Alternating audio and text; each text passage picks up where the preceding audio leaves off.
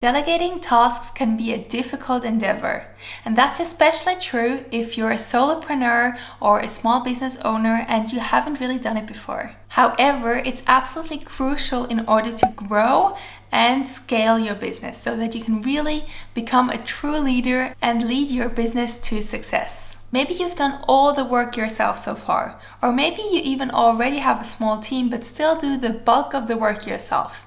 In any case, you know it's time to step up your game and delegate part of your work. So in this video, I'll give you 10 tips how to effectively delegate tasks as a leader. And I'm especially talking about business leaders. So this is for solopreneurs, small business owners, or entrepreneurs who already have a small team but want to scale up their game. I've started hiring my first freelance writer pretty early on in my business, and I absolutely love delegating tasks. However, this hasn't always been the case. In fact, I actually procrastinated on it for quite a while because I was so afraid that the whole process of hiring a freelancer might be super complicated, or it might take a ton of time to train them, or maybe that it would take me longer to go through their work after they delivered it back to me, instead of just me writing the article myself. Once I finally hired her, I realized that this has been so much easier than I imagined it. So in this video, I'll share all the tips and tricks that I've learned along the way that will help you to effectively delegate tasks as a leader. Let's dive right in. Number 1, learn to let go. Now, I know this is probably the most difficult part of it all because it's mindset work, and that's why we have to start with it. All the other tips won't be effective if you still want to hold on to every task dearly, because in order to delegate, you need to be able to trust someone else with the task, and you need to be able to let it go. Think about it this way. You can't really serve your business the best possible way if you're burning yourself to the ground because you're doing everything. And anyway, you can't be good at everything and anything. You probably have a few core competencies where you're really good at, and then you have a bunch of other things that you're maybe mediocre, if at all. And I'm not judging you, I'm the same way. This is just normal. But you're doing all of those things and you're probably wasting a ton of time on the not so important mediocre things. And that takes valuable time away that you could actually use to focus on your core competencies that would really help your business to grow and really bring it to the next level. So by not delegating tasks or by not hiring help, you're actually hurting your business's growth. So this is what helped me do this mindset shift. I really thought of getting help as a way to boost my business's growth and to make it what I always imagined it to be. Whereas if I was just holding on to everything tightly and wanted to do everything myself, I would probably be pretty stagnant at the same level, or I would hit a glass ceiling somewhere, and that wouldn't be what I imagined for my business. So learn to let go, know that there's other people that are much better in certain areas than you are, and so that will help you to focus on the things that you're really good at and that will effectively help your business to grow. Number 2, find the right person. Now, I know this sounds probably pretty obvious to you, but I still want to point it out because it's really important that you first take a moment to think about what kind of skills this person needs to have that you want to delegate to, or what kind of personality she needs to bring to the table. Both ways can work depending on what kind of tasks you want to delegate. So if you want to, for instance, hire a project manager or an integrator, someone that works really closely with you, the personality is probably more important than their skills because you can always train them. However, if you don't really like the person, it's going to be really hard to work this closely with them. On the other hand, if you're working with a freelance writer, so for instance, like I work with my freelance writer, I really like her as a person, but it's not super necessary that I would have to be able to spend hours upon hours with her because we have a very loose relationship. So I only give her the outlines once a week or maybe twice a week, depending on the schedule, and she'll give them back to me once or twice per week. And that's it. That's the whole connection that we have. So in this case, it's much more important for me that she brings the skills to the table, that she's an experienced writer and that she knows the topics we're writing about, whereas the personality isn't really important in that case. So these are just two aspects that I want you to think about before you delegate tasks or before you hire help. So make a list of the skills the person needs to have or what kind of personality you would like to work with. And then also make a list of what kind of tasks you want to delegate, what exactly you want to give that person. So for instance, you don't really want to hire a VA to do your website background stuff, so the really technical things. You might probably prefer to hire a website developer for that. On the other hand, you also don't want to hire a website developer to answer your emails. That just wouldn't make any sense. So make sure to be clear what you want and then find the right person for it. Number 3, give them a test project.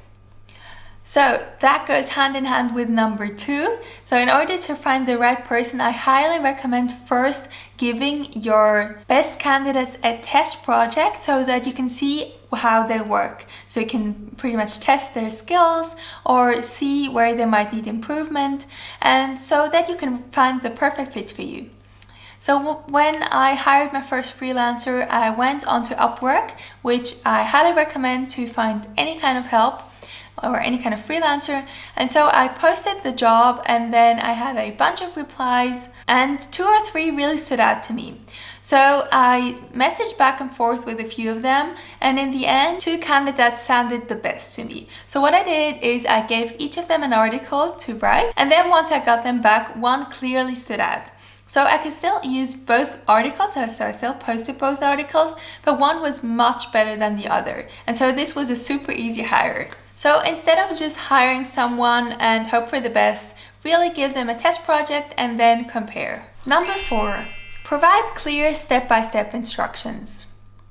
So your job as a leader or as the business owner is to make sure that the people you delegate to understand what they need to do. If they don't know what their job is or what kind of tasks they have to do, it's always your mistake because they can't sense what you want from them.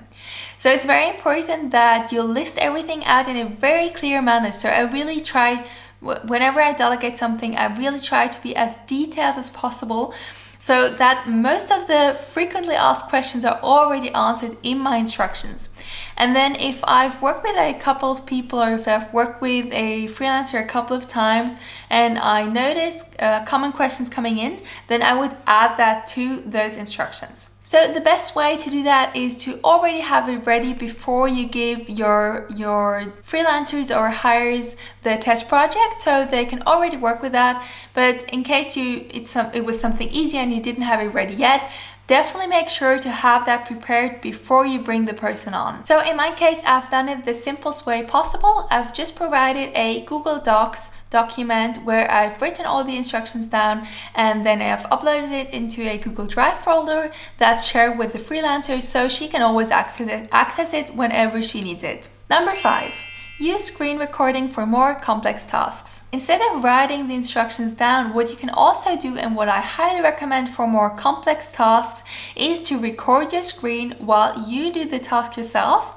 And so you can just send them that screen recording, and then they can have it in the background and do the task step by step themselves. So this is definitely the most effective and most efficient way to help your freelancer or the person you're delegating to understand what they need to do. And you can just do it with QuickTime, and I think there are a bunch of other tools as well, but QuickTime is free, it's on your Mac already, so start as simple and as lean as possible. Record your screen, and then you can also upload it into a Google Drive folder that you share with the person you delegate to, and that's it. Oh, and also it probably will only take you like 2 or 3 minutes to do that, either to write the instructions or to record your screen. So that's really an awesome quick way to get something off your plate, have someone else do it without all the hassle and thinking about, oh my god, where do I start? Really simple. Number 6. Have a regular meeting to check in with them. When you're delegating tasks on a regular basis, especially for bigger projects, I highly recommend having a regular meeting set up where you can check in with your freelancer or the person you're delegating to and see if they have any problems, if they're stuck anywhere, and also see how they're making progress. Now, this doesn't need to be every week or every day of the week.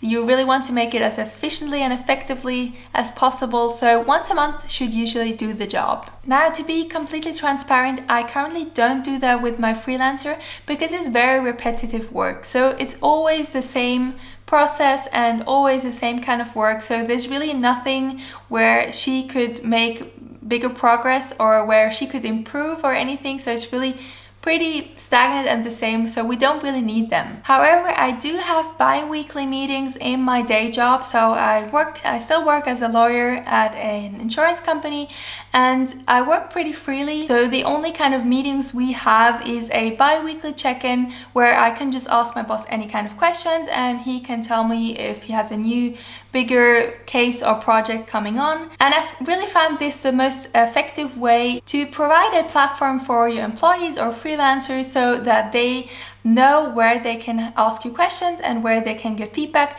but that still allows them to work as freely as possible. Number 7. Have a simple system. Okay, please keep it simple. In most cases, there's no need for daily meetings, check-ins, reports, and hundreds of spreadsheets. So just keep it as simple and streamlined as possible. If you're only working with one freelancer or if you only have very repetitive tasks, you can absolutely just use Google Drive. So the way I do it, as I've mentioned before, is I have one folder that's shared with the freelancer and I've uploaded the instructions in there, and I also upload the outlines once or twice per week in there. Because I've hired her on Upwork, she actually delivers the finished work on Upwork and I pay her through that platform as well. But if I hired her through another platform or just directly, then she would just provide the finished work in that Google Drive folder as well, and then I would pay her. So this is really the most efficient, most effective, and the easiest way you can do it. Don't overcomplicate it, make it simple and easy. Number 8. Use a project management tool like Asana. If you delegate to several people or if you have a ton of projects going on in your business, I highly recommend using Asana. I've only just looked at it recently and started using it recently, but from what I've seen so far, I think this really has everything you need for project management.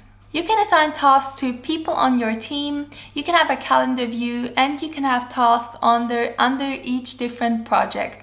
So it's really a great overview to have everything in one place where everything comes back together and everyone on your team can look in there, see what they have to work next when the deadline is, and then provide the work in there as well. Number 9, provide feedback. Now, this point is crucial to guarantee the quality of the work you're getting back. The other person can't sense what you liked about her work and what you didn't. So you really have to provide that communication and give them feedback on a regular basis, whether it's good or bad. So mention what they've done a good job with.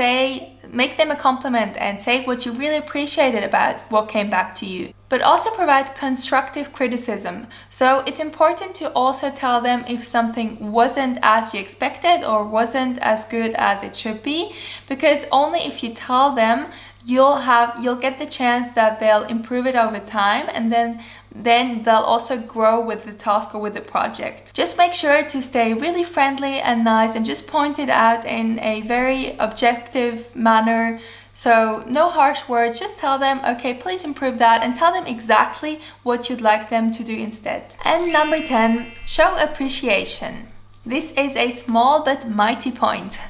So you really want to thank them on a regular basis for their work. I've already touched on that for the last point, but I really think it's very important not only to get feedback, but also to know that your work is appreciated or that their work is appreciated. You can guarantee a higher standard simply by thanking them on a regular basis. If you've worked in a job or if you're still an employee, you also know the other side of it. So you know how good it feels to get a thank you on a regular basis and to really feel like the other person cares about what kind of output you're bringing back to them. So make sure to thank them on a regular basis, and also some small gestures like sending them a card for their birthday or maybe a small present for Christmas can go a long way. So they'll probably keep things like that in good memory, which will motivate them even more to actually make their best job or to make the best job they can. Okay, so there you have it. These are the exact steps and tips that I use to delegate tasks effectively. In the coming videos, I'll talk a lot more about organizing your business and setting up systems using simple tools like Google Drive and Asana. So if you're interested in these kind of topics, definitely be sure to subscribe. If you like this video, hit the like button down below, share with your friends, and yes, be sure to subscribe. Thanks for watching, and I'll see you in the next one. Bye!